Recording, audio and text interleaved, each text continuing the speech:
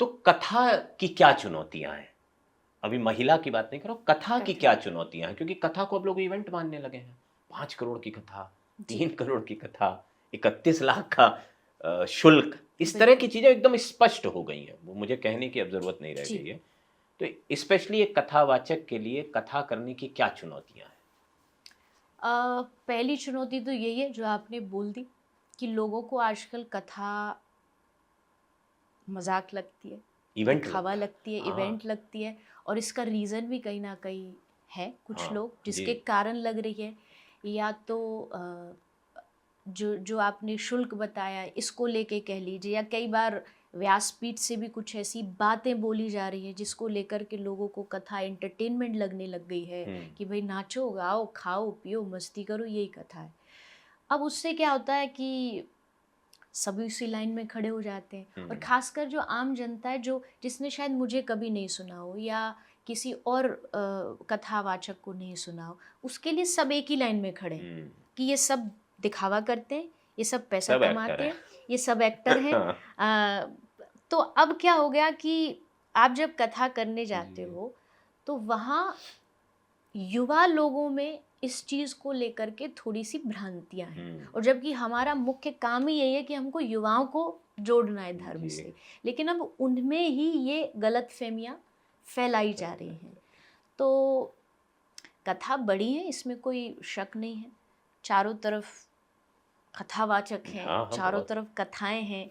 लेकिन कई बार कई चीज़ें जब ज़्यादा भी प्राप्त हो जाती हैं ना, तो फिर लोग उसका वैल्यू भी भूल जाते भूल हैं। जाते उनको वो बहुत सहज लगने लगती है।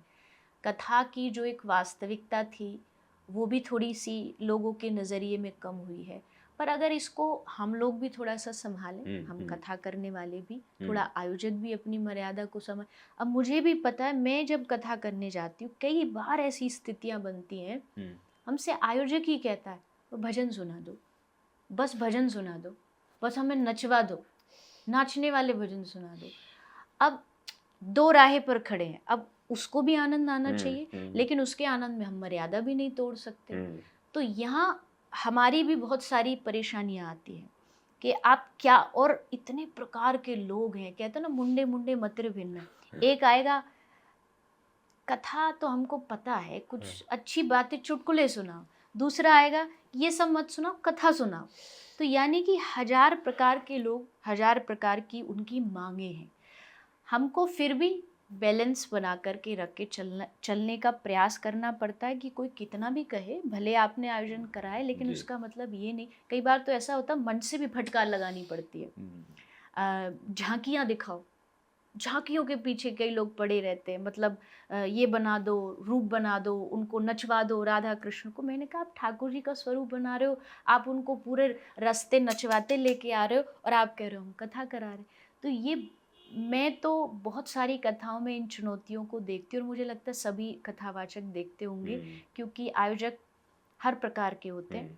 कई लोग बस मनोरंजन के लिए कराते हैं, तो मनोरंजन एक बहुत बड़ा चैलेंज बन गया आज कथा में। और अगर आप नहीं करोगे तो भैया ये कथा वाला तो, ये तो मज़ा नहीं आता इनकी कथा में। मतलब कथा मजाक का एक साधन बन गया कि और मज़ा होना कथावाचक भी चाहिए। कॉमेडियन हो गए हैं कई सारे, आजकल मैं अब वही देख तो रहा मैं हूँ। कह रही हूँ ना कि हमारी भी तो जिम्मेदारी है, कि जी। कथावाचकों की भी जिम्मेदारी है कि आप अपनी व्यासपीठ की मर्यादा इतनी तो बनाए रखें कि आयोजक को ये फर्क नजर ना आए हम्म। कि भाई वो तो मजाक करते हैं और ये वाले थोड़े गंभीर हैं। कथा तो गंभीरता का विषय है। आप बीच बीच में कभी थोड़ा सा लोगों को निद्रा ना आ जाए, उसके लिए भागवत जी बिल्कुल। में लिखा है कि आप कुछ ऐसे दृष्टांत दे दो थोड़े बहुत मर्यादा में, कि हम्म। लोग की थोड़ी जागृति रहे, पर आप मजाक नहीं बना सकते। तो ये मुझे लगता है चैलेंज है बहुत बड़ा सब कथावाचकों में, कि अपनी मर्यादा को बनाए कैसे रखें, क्योंकि लोगों की मांग है कि हमको ये चाहिए कथा में, तीन मौज मस्ती तीन चाहिए, घंटे की पिक्चर देखनी है पिक्चर देखनी है।